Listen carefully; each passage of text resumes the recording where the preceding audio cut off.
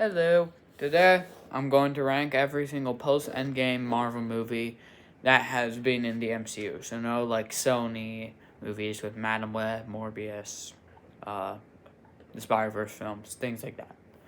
Anyways, so at number 14 is Black Widow. I mean, it kind of sucks. The only parts are memorable. It's memorable because it sucks. Everything semi-good, which it doesn't have much of, is very forgettable. Yelena and Red Guardian are pretty neat, although I do think this is Yelena's worst appearance and Red Guardian's worst appearance. So, yeah, they're at the worst here too. Natasha, this is one of her worst appearances. Why are you having this film after she dies? I don't see any stakes now because she's dead. Why do I care? And they wouldn't just introduce her family to kill them off.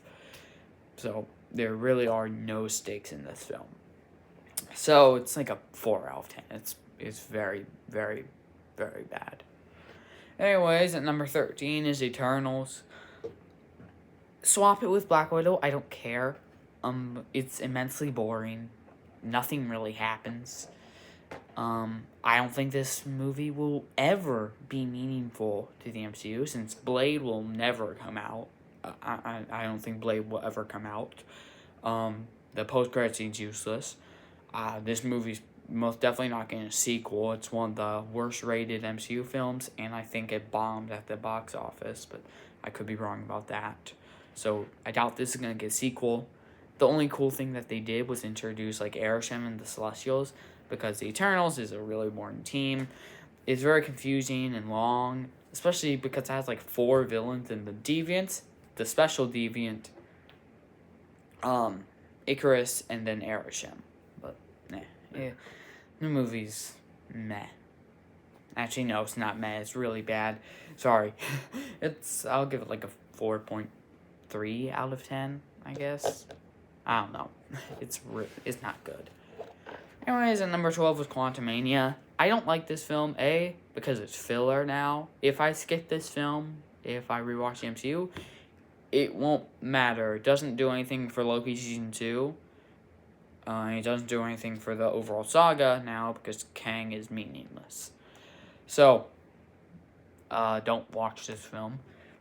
This is the worst Ant-Man film by far. Cassie's fine in it. And I just don't like the film that much. I feel like the ending, they want to make a happy but like ominous ending instead of just having Scott be stuck in the quantum realm, which is a cool ending. I think that's a neat ending. Kang has some good moments, but other than that, this film kinda is just bad.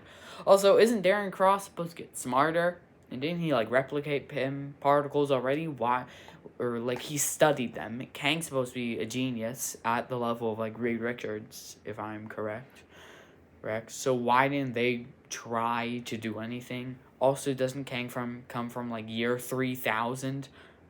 PIM particles were made in the 2000s. Or actually earlier, weren't they made in the 80s? Point is, I don't get how he didn't figure out how to make PIM particles. So, like, a 4.5 out of 10. I think the main plot and Kang's plan is stupid. And number 11 is Thor: Love and Thunder. I think this film is a bit overhated. Not the worst MCU film. Not even the worst Thor film. I think Dark World's worse. Not even the worst of its phase. Although it is really bad. They waste gore, which kind of sucks. When he's in the movie, when the film focuses on him, it's a good scene. When it doesn't, it's way too over-comedical. Thor is at one of his worst points in the MCU. Jane, I think, is actually not that bad. I think she's fine. Valkyrie, I also think is fine. Korg is way worse than he was in Ragnarok. And overall, it's just Ragnarok if it were too comedical, pushed too far, and didn't do much.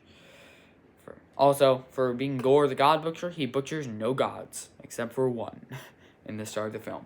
So I'll give it like a 5 out of 10. At number 10 is The Marvels, because this film is forgettable. Yes, Dar-Ben is probably the most forgettable MCU villain ever. But I do like it from the Captain Marvel movie. It's definitely a step up in how Carol is a better character. Monica is fine, maybe slightly worse than how she was in WandaVision. Then Iman Vellani as Ms. Marvel is great as always. She carries the film with her energy. I feel like that she puts onto the screen. It's great in that regards. But then it's just really forgettable. It's also the shortest MCU film, which is fine because it's forgettable. I feel like it takes these adventures to the other planets just because they need to do it for the plot, and I honestly don't hate it. The cameo of Valkyrie, which I actually kind of forgot about till now, is fine. I don't hate it, I don't love it. Overall, movie's fine. Post-credit scene may never be answered if it doesn't get answered in Doomsday, though I do think it will be. I think they're probably gonna do, or try to do, an Avengers versus X-Men thing, but I don't know. So I'll give it like a 6.3 out of 10. It's a fine film. At number 9 is Multiverse of Madness. I think this film gets overhated. I don't think it's bad. I actually think it's kind of good. Wanda is a great villain. I really do like Elizabeth Olsen's performance. She's by far the best part of the film. Act 1 is a really good Act 1. I do quite like it. America Chavez is definitely what pulls this film down. If this film was not so focused on American Chavez and, showed us madness in the multiverse, I feel like it'd be noted as a great film. But it doesn't. I feel like the plot is completely surrounded by America Chavez.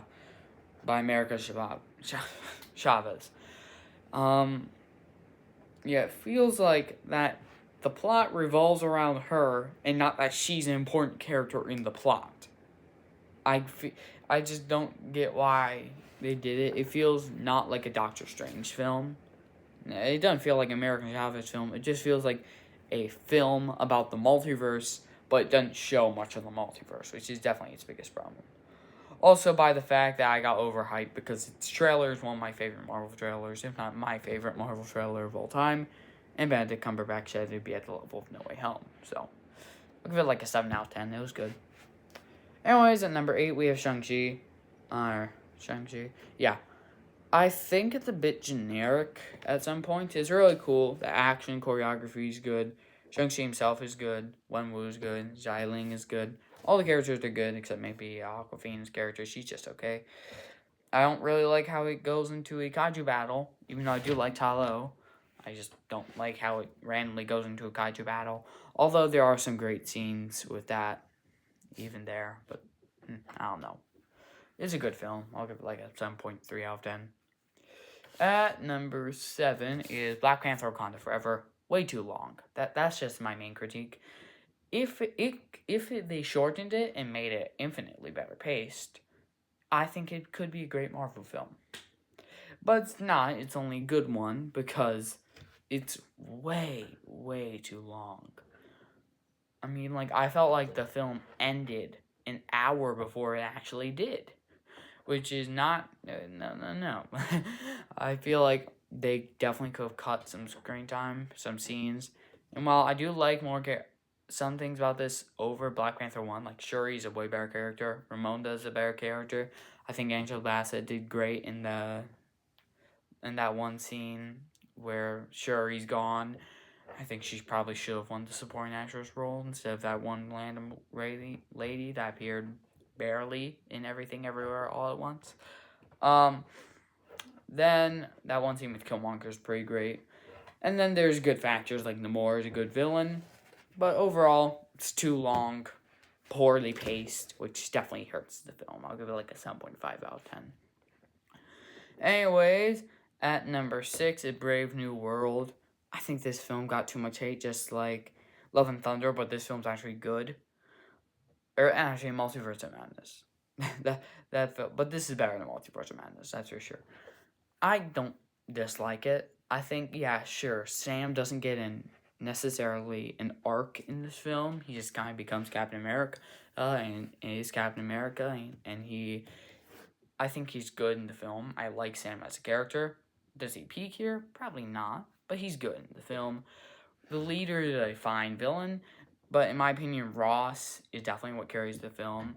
Harrison Ford gives a good performance, and I just really like his story. I think it's done well. That's definitely what pushes this movie to being really good, in my opinion. And yeah, I do see how people get mad because because it doesn't really have a story or an arc for Sam. But I mean, he's been in the MCU for 12 years.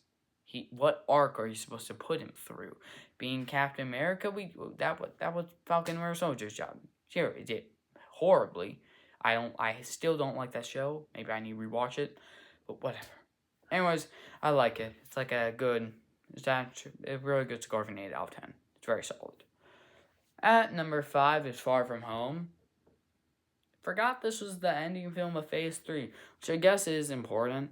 People did complain how it was too focused on Iron Man and his passing in the MCU, which I guess, but I think they do it well. Mysterio is a great villain. Peter Parker's learning his spidery sense or getting into it is good. And then the cliffhanger of everyone knowing his identity was great and led up to No Way Home, so I'm not complaining. I think it's a great film, or a really good film. I'll give it like an 8.3, 8.2 out of 10. At number 4, I can't exactly rate it because I haven't seen Deadpool and Wolverine. I have seen a guy totally watch it, but he does clip out clips because, reactors need to put in their opinions to not just be saying you're just copying a film. Anyways, but I kind of just took the common consensus. I've also watched breakdowns of the film, but I'm not safe to review the film. So I just took like what people thought of it, and I think people think it's a great film, and an 8.4 out of 10. So that's what I wrote. At number 3 is Thunderbolts. This is a fantastic film. Sentry is amazing. I love Sentry Bob and The Void in this film. I think they do great. And Yelena is one of my favorite MCU characters. Definitely like in top 3 post Endgame characters. John Walker is finally getting the love that he deserved after the poor writing of Falcon and Winter Soldier. Red Guardian is the GOAT of comedy in this film. Bucky is great, and that's one thing that I didn't mention in my review for this film. It balances comedy and seriousness that it's trying to hold and the emotional factor really well, especially since this is a mental health issue film, and I think it does that amazingly. And the third act is very unique and good, so I'm gonna give it a 9.5 out of 10. I love this film. At number 2 is No Way Home. I think people are retroactively hating it now. I have no idea why. It's a good film. It's a great film. I'd say it's a perfect film. Well, obviously not. I think the highs outweigh the lows. Sure, the first act is a little rocky, but I mean, the cameos, they aren't cameos. They are a crucial part of the film. Are fantastic. Green Goblin is an amazing villain. Toby and Andrew coming back is absolutely amazing. This is one of the greatest theater experiences of a movie like ever. So that gotta give it something. And Spidey going through his own arc is great. So I'll give it a 10 off 10. That's my opinion. At number 1 is Guardians 3. This is in my top 5 MCU movies easily. It's amazing. We're following the best team in the MCU. And this is the end to the best trilogy in the MCU. It's arguably the best of said trilogy. I don't know if it's better than Guardians 2 yet. And it's been 2 years. They're both amazing films, so. High Evolutionary is up there with Kingpin and Thanos to be the best villain in the MCU. Rocket's story is amazing.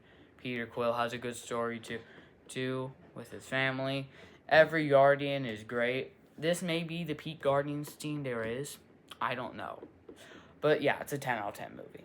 Honorable mention to Across the Spider-Verse. Like I said, I'm not counting it, but it would be number 2. Because here's my hot take. Every single Guardians film is better than both Spider-Verse